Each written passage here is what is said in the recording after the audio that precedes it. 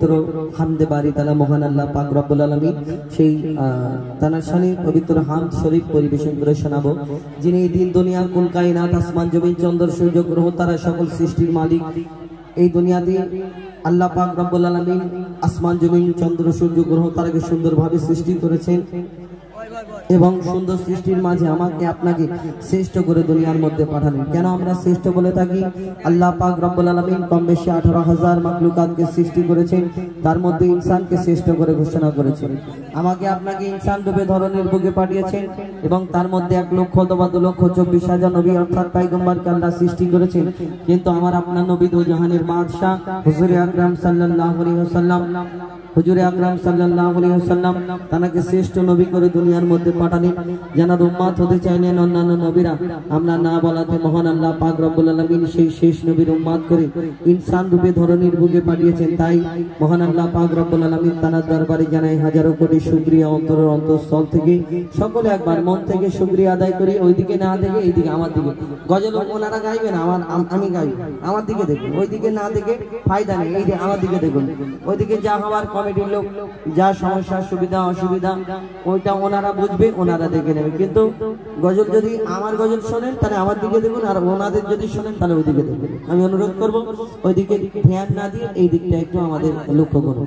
তো সেই মহান আল্লাহ পাক রব্বুল আলামিন তার দরবারে জানাই হাজারো কোটি শুকরিয়া অন্তরের অন্তঃস্থল থেকে। সকলে একবার মন থেকে বলি আলহামদুলিল্লাহ। তারপরে পরে শেষ নবী দু জাহানের বাদশা হুজুর আকরাম সাল্লাল্লাহু আলাইহি ওয়াসাল্লাম তার প্রতি লাখো করোড় সালাম দরুদ বর্ষিত করুক সেই মহান আল্লাহ পাক রব্বুল আলামিন।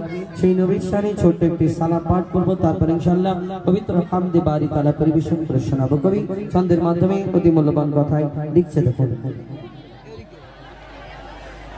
আসসালাতু ওয়াসসালামু আলাইকা মারহাবা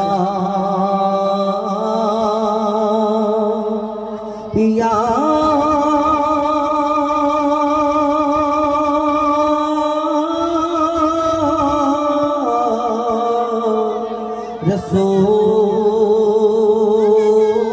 Rasulullah.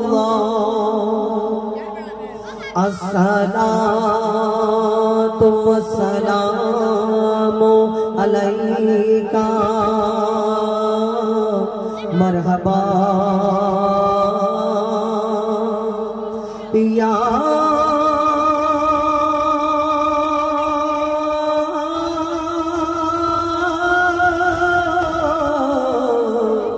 Habib Allah.